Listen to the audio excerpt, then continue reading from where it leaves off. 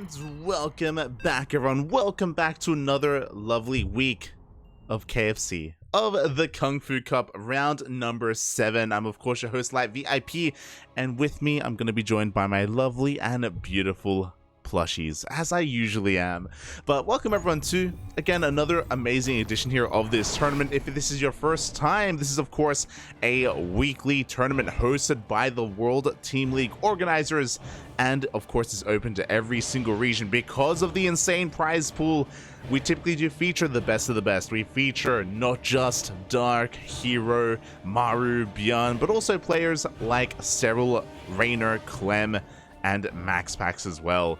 We have seen a couple of players are missing this week, unfortunately, but we still have the best of the best. It's still going to be an amazing tournament nonetheless.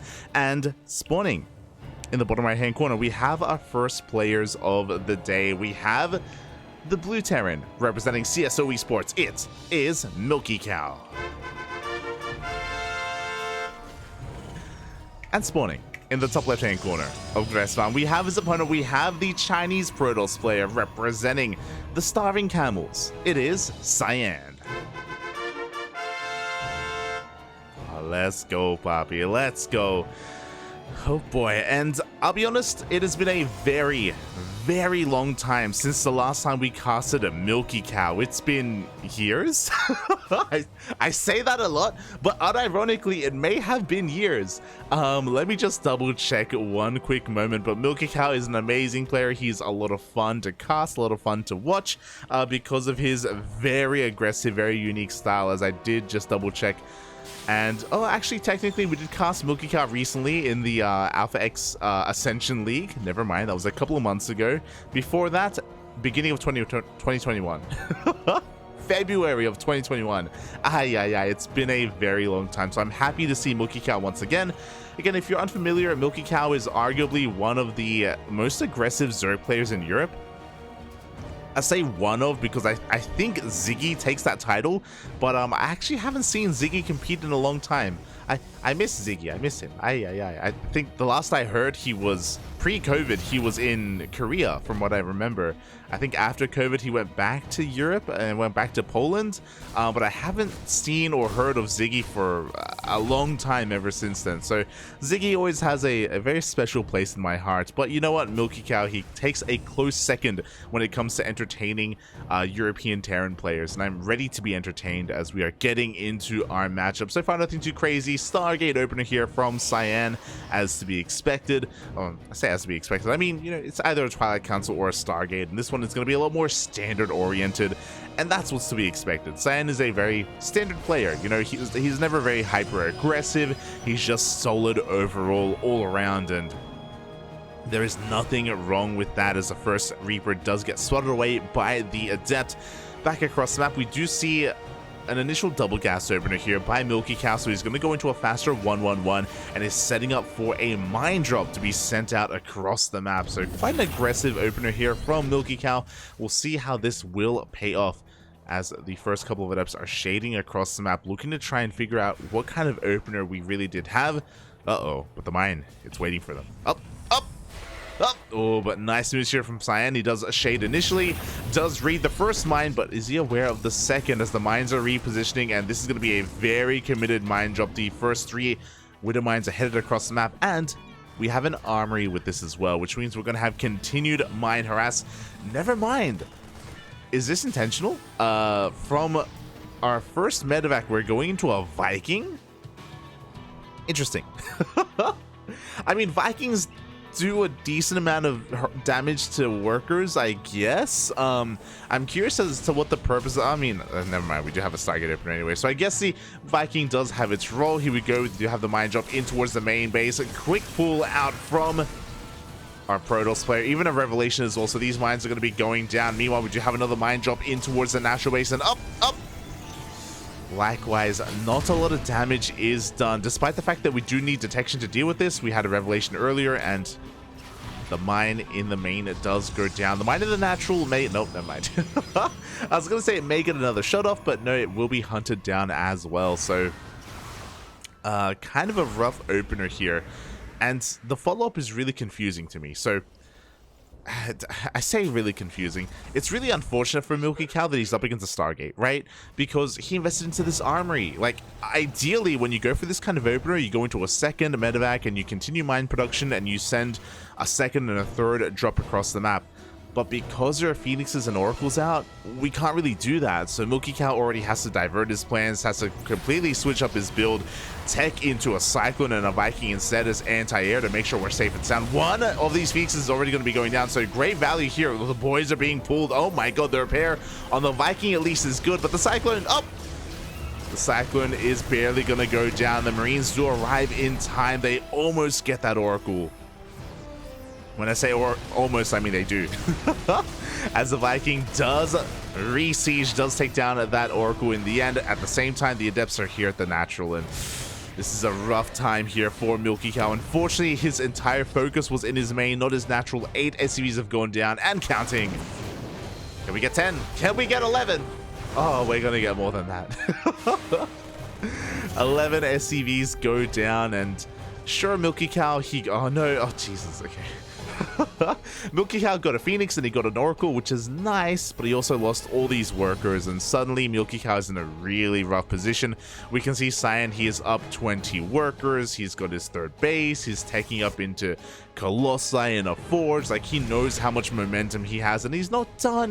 The Phoenixes, they go back into the main, they take down even more of these SCVs, and again, just a really rough, I was going to say start, a really rough game here for MilkiCow. Again, just nothing from the very beginning, nothing going his way. His opener working against him in the end. And now his follow-up is going to be that much weaker as well. He's going to try and transition into a more standard 2-base opener with, you know, three Raxes, our 1-1 setup as well. The Adepts are going to get hunted down. But the problem is that by the time Stim kicks in, by the time Combat Shields and +1, by the time we hit our timing, which is delayed, there's going to be a Colossus. First Colossus is already on the way for Cyan. We may even have 2 Colossi by the time the army moves out. On top of that, Phoenixes are still harassing the main base as well. MilkiCow is just... he's in a rough place. It's not impossible to come back from here. Obviously, MilkiCow can attempt to go for some drop play and some harass of his own and maybe catch Cyan off guard and catch his units out of position. There is potential. The problem is that because of all these Phoenixes, it's so difficult to sneak out across the map with a drop, as we do see a recall back home just to make sure we're not caught out. But in general, that's why Phoenix Colossus is so powerful, because Phoenixes give you so much map control and so much map vision throughout the game, throughout the mid-game as well. As we do see a mine drop going across the map, only gets a couple of probe kills as the medevac is going to be hunted down. Medevac does fall. The mines, they only get 2 probes each. Looking at the units tab here, it looks like we have a couple of mines being split up throughout the map here. The first mine in the main is going to go down, but not before another shot goes off. Oh! Boom! 7 probes go down in the blink of an eye, and here we go. MilkiCow's pushing on forward as well, looking to try and catch that natural, catch one of these bases off guard. But alas, Cyan, he's got his Colossi, he's got his army in position. We may have another shot going off here at the 3rd base, though.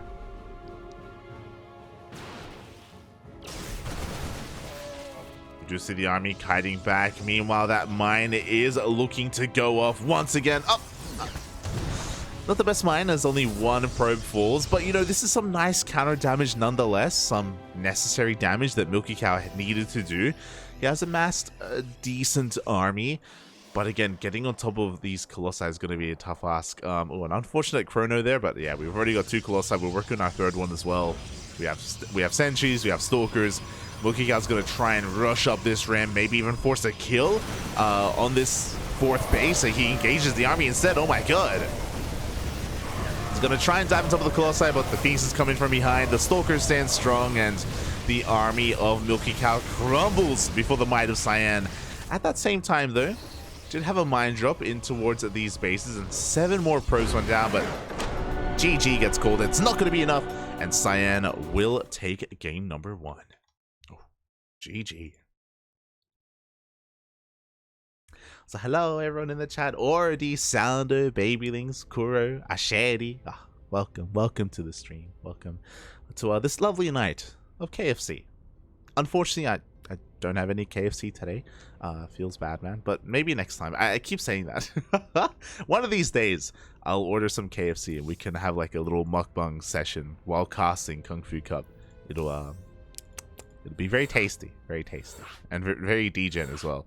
But I hope everyone is enjoying themselves here as we are getting into our second game already. Again, a strong start here from Cyan, and I do think that he's the favorite player coming into this.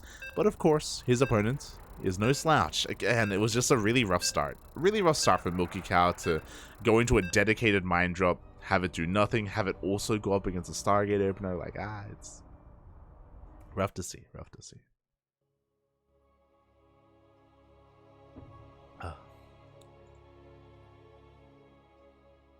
So now getting into our next game. What's your address like? I'm gonna leave that to myself. I'm not gonna dox myself, Poppy. You're an animal. Oh my god. As here we go, spawning in the top right-hand corner of Ancient Cistern, we have our European Terran player representing CSO eSports. It is MilkiCow. It's so full of milk. And spawning in the bottom left-hand corner of Ancient Cistern, we have his opponent. We have the Chinese Protoss player representing the Starving Camels. As SLT, it is Cyan.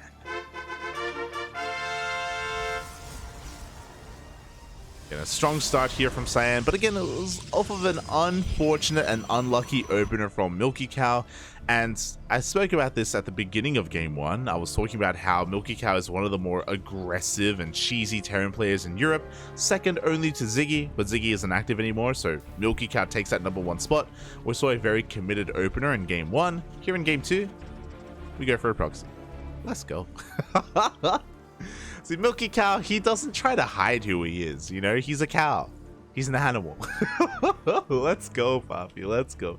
Cyan looks like he's maybe familiar with the kind of player that MilkiCow is quickly scouting the third base locations for a proxy before going for the Nexus.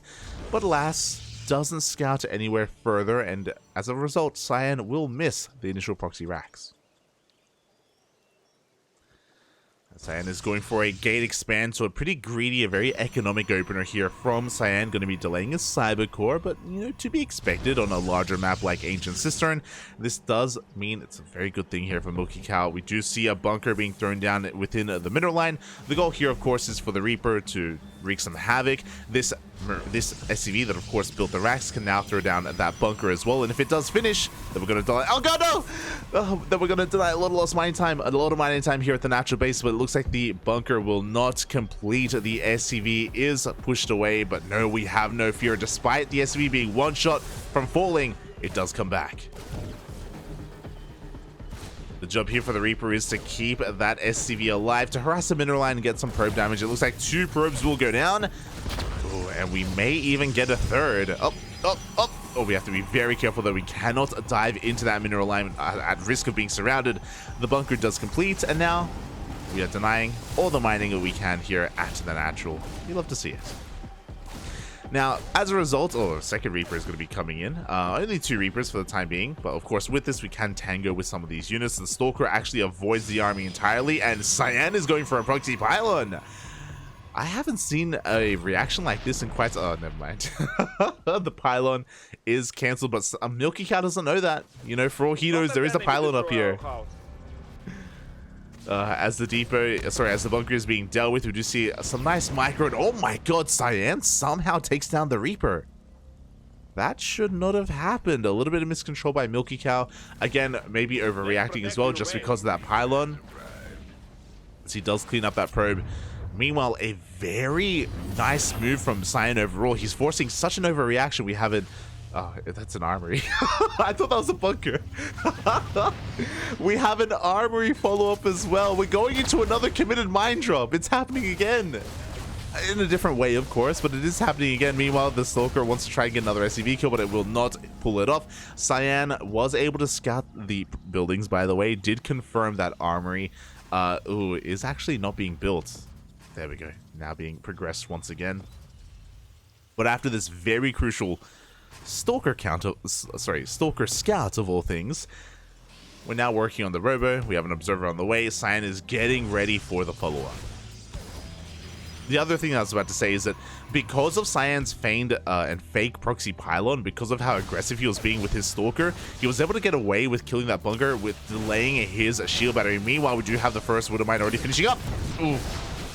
2 probes will go down. A Stalker as well. A juicy connection towards the end. Not quite on the workers, but on the army, as it looks like this will eventually be cleaned up. Oh my god, and MilkiCow, he just doesn't stop. So he goes from Proxy Reaper into an Armory Mine Drop into Banshees. He just doesn't stop with the different tech switches and the different forms of aggression. Will this work out? Well, the problem with Cloak Banshees is that he already did force out detection. You know, we already have observers out and we already have stalkers. Ooh, but this may work to his advantage. We're actually rushing into a robotics bay as we delayed our Stargate, or we skipped our Stargate and we skipped our Twilight Council in favor of the Robo because of what we scouted. So we're not going to have the easiest way to deal with Banshees. We're not going to have Blink Stalkers. We're not going to have Phoenixes either. We'll see if we can get there. Oh. The skin! Oh my god! MilkiCow, he scans, he does snipe the observer, and the mines will stay and remain hidden. Oh my god. This is why I love this man. It's beautiful. We have a backup observer rocking up though, and can he do it again? Can he do it for a second time? Not quite, not quite. Second observer does show up, and we're going to be able to force this back. We have a tank on the way behind this. The Widowmine does barely get sniped. Meanwhile, the Banshee is across the map, and this has been unscouted from Cyan. We do have plenty of observers on the map, but none in the natural yet, as a couple of probes are going to get picked off. The Stalkers are looking to threaten.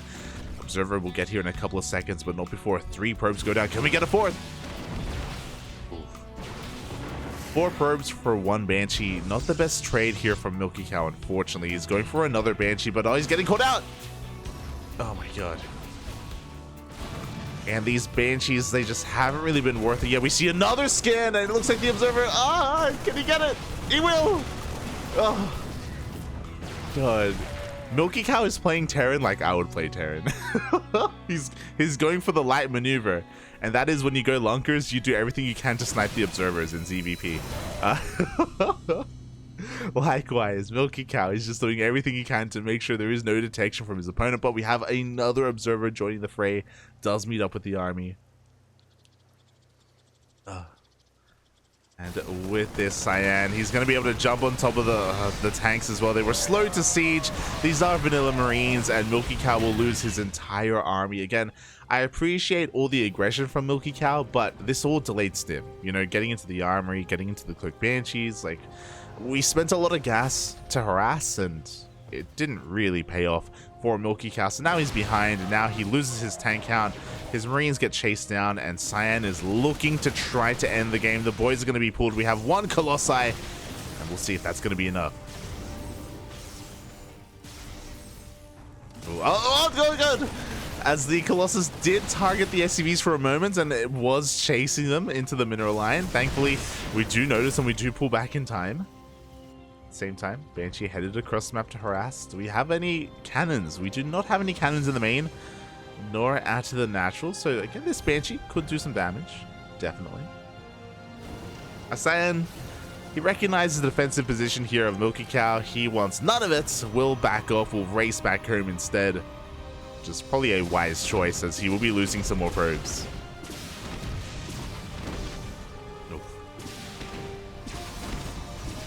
Yeah, with this MilkiCow, he's buying a lot of time overall. He's still behind economically, like he's behind in worker count, he's behind in bases. But all those upgrades that we were talking about, they're slowly finishing. You know, now we do have stim, now we do have combat shields. Now I believe we even have +1. Yeah, +1 is also done. So we don't have the worst army.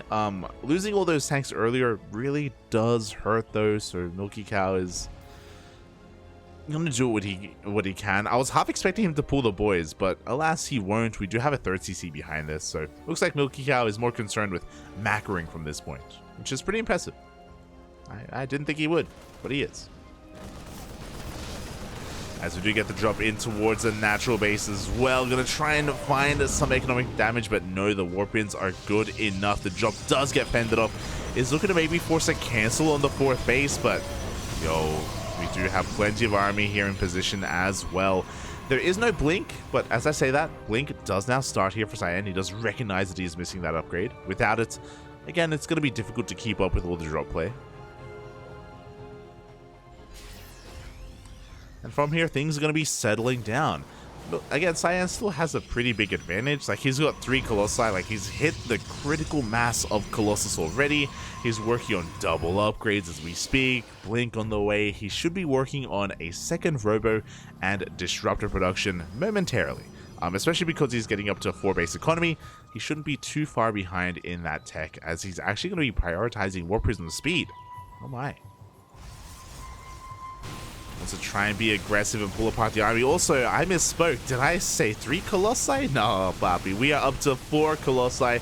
There's the 2nd Robo we were talking about for Disruptors. There's a Dark Shrine as well. Again, it just goes to show how comfortable Cyan is, that he can just tech up in so many directions and just invest so heavily in his production, and he's been left alone for the most part. As this has been happening though, MilkiCow does have ghosts. He will have EMPs available, so he still has a threatening army, and he has a pretty solid defensive position here. If Cyan tries to push into the 3rd, I mean, that's what MilkiCow wants. MilkiCow wants to fight with his tank advantage, with his Sim City as well. So Cyan has to be careful. As Prison Speed is finished, and he just dives straight into the main base. Zealots are looking to wreak havoc. They pull apart the attention of MilkiCow Force. A lot of Marines and tanks to go in towards the main base. At the same time, Cyan, he rushes in towards the natural as well. There is a single Marine harassing across the map. Force fields as well. They cut MilkiCow out of his own natural. Oh my god, we can just recall. Natural's going to go down. We can go into the main. We can take out the production in the main as well. We're just camping the production here of MilkiCow, and he can't do anything about it. Once again, another force field. We do have a solid EMP on one of those Colossi. But again, Cyan, he can always just teleport the hell out of here. And he should, or he may not even need to. Oh, do you have a drop in towards the main base as well? Gonna try and collapse upon these Colossi. One of them did go down. That's a kill, not a cancel. Of course not a cancel. That's a kill on the main CC. The Zealots focus down the Ghost Academy. Cyan is just having his way with MilkiCow's main. And GG gets called. Cyan takes game 2 and the series. Which button was that? GG. Very well played. Congratulations to Cyan for taking that series 2-0 in a very convincing fashion. But a shout out to MilkiCow, because he's always a lot of fun to cast. And I think we saw that in both games. You know, even here, like game 2 was actually ridiculous. You know, again, Proxy, Reaper, into an Armory Widowmine drop, into Cloak Banshees as well, into a stimulus tank push through the center of the map. None of it really worked, but I appreciate the effort nonetheless. Again, MilkiCow is always a lot of fun. He's always a lot of fun to watch, a lot of fun to cast. I wish I casted more of him. I wish I could cast him more frequently and more often, but alas, he's, you know, not that active in some of the other online tournament scenes. Really, what I'm saying is that MilkiCow, playing Tuna Cup.